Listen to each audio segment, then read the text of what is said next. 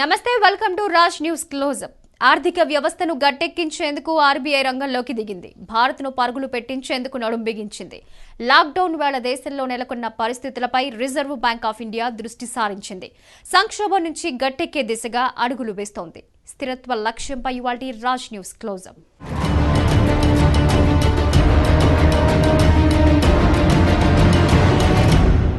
దేశవ్యాప్తంగా 100 ఏళ్లలో ఎన్నడూ లేని పరిస్థితులు నెలకొన్నాయని ఆర్బీఐ గవర్నర్ శక్తికాంత దాస్ అన్నారు. ప్రస్తుత సంక్షోభం నుంచి గట్టెక్కేందుకు రిజర్వ్ బ్యాంక్ ఆఫ్ ఇండియా అన్ని రకాల చర్యలు తీసుకుందని ఆయన వివరించారు. వృద్ధి రేటుతో పాటు ఆర్థిక స్థిరత్వంపై ఆర్బీఐ దృష్టి సారించిందన్నారు. భారత ఆర్థిక వ్యవస్థ పటిష్టత, తిరిగి కోలుకోగలిగే శక్తికి కరోనా సంక్షోభం పరీక్షగా నిలిచిందన్నారు Shaktikanta Das. Now the outbreak of COVID-19 pandemic is unambiguously the worst health and economic crisis in the last 100 years during peacetime, with unprecedented negative consequences for output, jobs and well-being. It has dented the existing world order, global value chains, labor and capital movements across the globe, and needless to say, the socio-economic conditions of large sections of the world population. The COVID-19 pandemic perhaps represents so far the biggest test of robustness and resilience of our economic and financial system.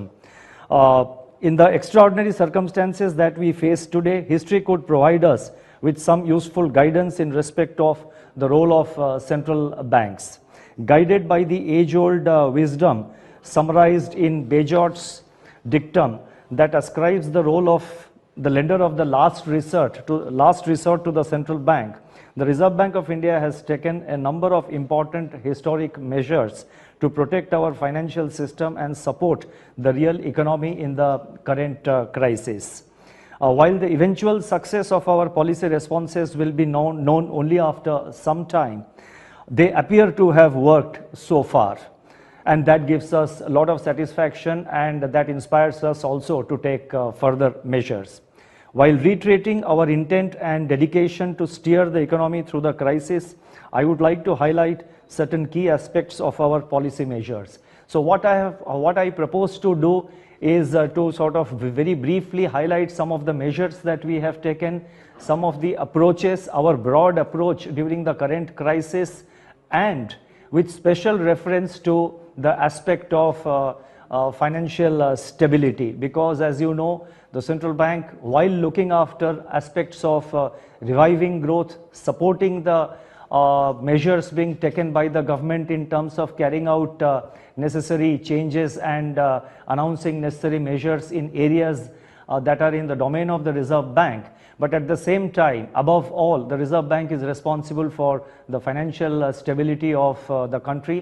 And this is one area where I think the Reserve Bank and the financial institutions, and in particular the banks, will have to work in close coordination and in close cooperation to ensure the stability of the financial system in the country.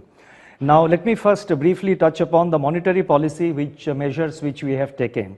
As you would be already aware, the RBI was already in an accommodative stance before the outbreak of COVID-19. And from February 2019 onwards, on cumulative basis, we had cut the repo rate by 135 basis points till the onset of the COVID-19. Now, consistent, and that was done mainly to sort of to tackle the slowdown in growth which was visible at that time, and we had elaborately touched upon it in our MPC resolutions. Now, consistent with this policy stance, when liquidity conditions, we had also kept them in ample surplus. The lagged impact of these measures was about to propel a cyclical turnaround in economic activity when COVID-19 brought with it calamitous misery, endangering both lives and livelihood of people. Given the uncertainty regarding the evolution of COVID curve, it was absolutely critical to anticipate the emerging economic risks and take proactive monetary policy actions of sizable magnitude using comprehensive range of policy instruments. The fast-changing macroeconomic environment and the deteriorating outlook for growth necessitated off-cycle meetings of the Monetary Policy Committee, first in March and then again in May 2020. The MPC has decided, as you would be aware, to cumulatively cut the policy repo rate by 115 basis points. So from February 2019, the total rate cut that RBI has undertaken is 250 basis points. Now, we also focused on liquidity measures. I would not like to go into the details of that. They're already in the public domain. They are known to you. But I would like to just say that both conventional and unconventional monetary and liquidity measures by the Reserve Bank were undertaken, and they were aimed at, number one, restoring market confidence, number two, alleviating liquidity stress, number three, easing financial conditions, number five, unfreezing credit markets, and number six, augmenting the flow of financial resources to those in need for productive purposes. The broader objective was to mitigate the risks to growth outlook while preserving financial stability. The liquidity measures announced by the RBI since February 2020 aggregate to about rupees 9.57 lakh crore, which is equivalent to 4.7% of 2019-20 nominal GDP. So about 4.7% of the GDP, that is the kind of liquidity measures which we have announced from February this year. Now, heading into the pandemic, the financial system of the country was in a much improved position, owing mainly to the various regulatory and supervisory initiatives which the Reserve Bank had undertaken. We had put in place a framework for resolution of stressed assets, the 7th June circular, and the various other measures that Reserve Bank had undertaken, in addition to implementing multiple measures to strengthen credit discipline and to reduce credit concentration. For 5 years between 2015-16 to 2019-20, the government had infused a total of rupees 3,08,000 crore in public sector banks. As a result of efforts by both Reserve Bank and the Government of India, the overhang of stressed assets in the banking system had declined and capital position has considerably improved. As per available numbers, some of which are provisional at this point of time, the overall capital adequacy ratio of scheduled commercial banks stood at 14.8% in March 2020 compared to 14.3% in March 2019. Close up లో short break తీసుకుందాం. మనసంతా వేదన హే, మేం కూడా చేయని వైద్యం లేదు. చివరిగా ఐశ్వర్యకి వెళ్ళాం. ఇప్పుడు చూడు, మా చేతుల్లోనూ ఒక బిడ్డ. ఐశ్వర్యకొచ్చాము చింతను ఐశ్వర్య ఫర్టిలిటీ సెంటర్. ఇక్కడ పుట్టిన బిడ్డలు ఈ రోజు ప్రపంచమంతటా చూడండి.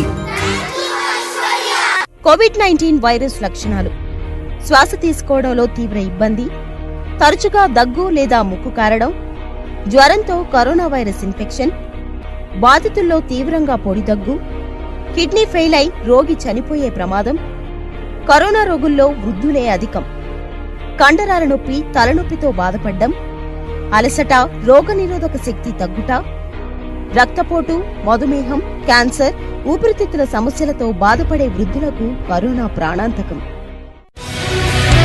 పలకరించిన తొలకరి, పరవశించిన భూమాత,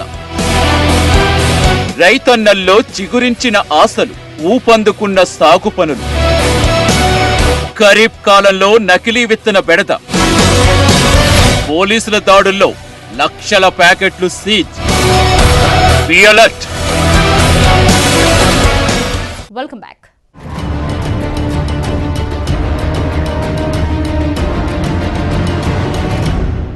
కరోనా సంక్షోభంతో ప్రపంచవ్యాప్తంగా సరఫరా గొలుసులు తీవ్రంగా ప్రభావితమైనట్టు ఆర్బీఐ చీఫ్ తెలిపారు. సంక్షోభాన్ని ఎదుర్కోవడంలో భారత కంపెనీలు మెరుగ్గా స్పందించాయన్నారు. లాక్డౌన్ ఎత్తివేసిన తరువాత ఆర్థిక వ్యవస్థ పుంజుకుంటోందని, దానికి సంబంధించిన సంకేతాలు స్పష్టంగా కనిపిస్తున్నట్టు ఆయన వెల్లడించారు. కరోనా మహమ్మారి వల్ల మూలధన వ్యయంలో కోతలు తప్పవని, నిరర్థక ఆస్తులు సైతం పెరిగే అవకాశం ఉందని శక్తికాంత దాస్ అంచనా వేశారు. The CRAR of public sector banks had also improved from 12.2% in March 19 to 13% in March 20. The gross NPA ratio and the net NPA ratio of the scheduled commercial banks stood at 8.3% and 2.9% in March 2020. which is basically a kind of a marginal improvement over 9.1% gross NPA and 3.7% net NPA as on March 19. The provision coverage ratio had also improved from 60.5% in March 19 to 65.4% in March 20. The gross NPA of the NBFCs, on the other hand, they had stood at 6.4% and that was the gross NPA was 6.4% and the net NPA was 3.2%. There was a slight marginal deterioration because, as you know, post IL&FS, there was a big impact on the NBFC sector, but notwithstanding that, we were constantly engaged with the NBFCs. So therefore, there was marginal deterioration. Similarly, their CRAR, the aggregate CRAR of the NBFC sector also marginally declined from 20.1% to 19.6% during 1920. What is important to notice here is that when the IL&FS crisis hit the economy, there were apprehensions that the damage to the NBFC sector could be even more. But because of the measures which Reserve Bank undertook, I have mentioned it earlier that we were constantly engaged with, we were very closely monitoring 50 top NBFCs, and thereafter we started monitoring totally 100 NBFCs, and we had ensured that from June of 2019 the system liquidity was adequately surplus. So all these helped the situation. Now, an important objective of Reserve Bank supervisory initiative, let me just highlight a little bit on what we are doing currently under supervision, because in a crisis like COVID, when there is a big challenge to financial stability, now growth is definitely important. That is one of topmost priority for the Reserve Bank. At the same time, equal priority has to be given, or perhaps greater priority, I would say equal priority. Let me not sort of try to say this is more important and this is less important, but equal priority has to be given to the aspect of financial stability. So therefore, the supervision mechanism of RBI also has been receiving close attention. The important objective of RBI supervisory initiative has been to put in place systems and structures to identify, assess, and proactively mitigate or manage the vulnerabilities among the financial institutions. During the last 1 year, based on assessment of events which had the potential to pose a threat to financial stability, the Reserve Bank has in fact reorganized its supervisory functions with an objective of establishing a holistic approach to regulation and supervision. These measures, they basically aim at effectively addressing the potential systemic risks that could arise due to possible supervisory or regulatory arbitrage and information asymmetry. Further, a calibrated approach has been designed to provide the required modularity and scalability to the supervision functions to ensure better focus on risky institutions and practices, and to enhance capability to conduct horizontal or thematic studies across supervisory entities. As a fulcrum of the calibrated supervisory approach, the Reserve Bank has strengthened its off-site surveillance mechanism. Now, this is very important. Internally, we have, based on technology, thanks to the the CRILIC system and the other technology tools that we have at our disposal, we have strengthened our internal off-site surveillance mechanism to identify emerging risks and assess the vulnerabilities across the supervised entities for timely action. We are also working towards strengthening the supervisory market intelligence capabilities of Reserve Bank with the help of both personal and technological intelligence. Specialized handling of weak institutions at the Reserve Bank now helps in closure monitoring and successful resolution of such entities in a non-disruptive manner. The timely and successful resolution of the Yes Bank is an example. After exhausting all other possible options, and with a view to safeguard the interest of depositors and ensure stability of the financial system, we decided to intervene at an appropriate time when the net worth of the bank, that is Yes Bank, was still positive. The Yes Bank reconstruction scheme forced a unique public-private partnership between leading financial entities of India, and it was implemented in very quick time, which helped the bank's revival, successfully safeguarded the interest of the depositors, and ensured financial stability. I wish to, at this point of time, compliment the State Bank of India for providing leadership to this initiative. With regard to the Punjab and Maharashtra Cooperative Bank, the Reserve Bank is engaged with all stakeholders to find a workable solution, as losses are very high, eroding deposits by more than 50%. With regard to NBFC's active engagement with stakeholders was found to be extremely useful. I have just mentioned about that. Now, considering their size and interconnectedness, the Reserve Bank has taken a number of measures which are already in the public domain, so I don't want to elaborate on that. But in the case of UCBs, let me just touch upon a few points. Special efforts are being made towards a risk-based and proactive supervisory approach to identify weaknesses in their operations as early as possible. At an early warning system with a stress testing framework has also been formed for timely recognition of weak banks for appropriate action. Formation of an umbrella organization has also been approved. The exposure limits of UCBs have also been brought down, and priority sector targets have also been revised substantially to ensure that the UCBs lend specifically and more to the sectors for which the UCBs, the urban cooperative banks, have been formed and for which they are operating. The recent amendments to the Reserve Bank of India Act and the Banking Regulation Act will facilitate RBI's supervision process with respect to NBFCs and the urban cooperative banks respectively. Now, let me just come to the aspect of RBI's response to the pandemic. As part of response to the pandemic, the RBI has undertaken a series of measures which are already in public domain, as I have already said. Besides, Reserve Bank's focus was also to ensure that contingency response to COVID-19 was implemented by all regulated entities swiftly. Now, as early as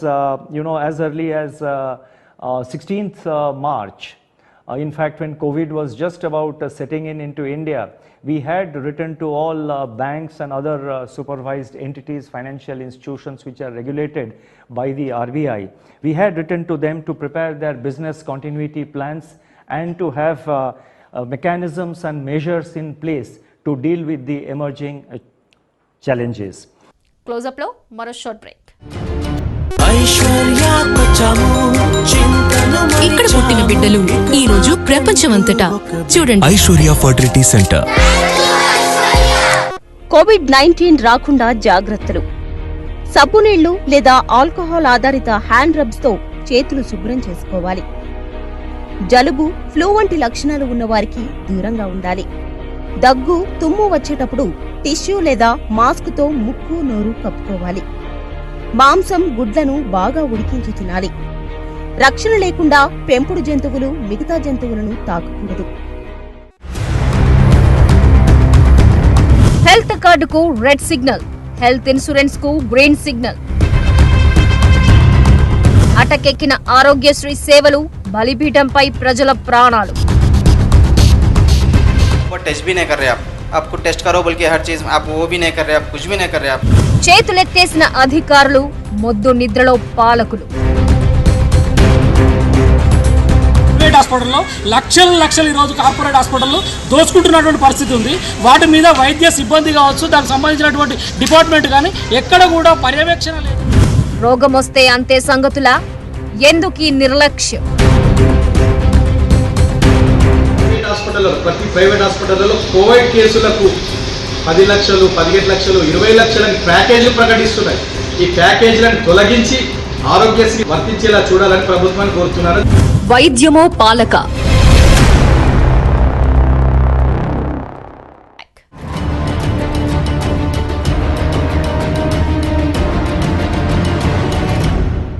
ఫిబ్రవరి నుంచి ఇప్పటి వరకు వడ్డీ రేట్లను 250 basis పాయింట్లు తగ్గించినట్లు RBI chief గుర్తు చేశారు.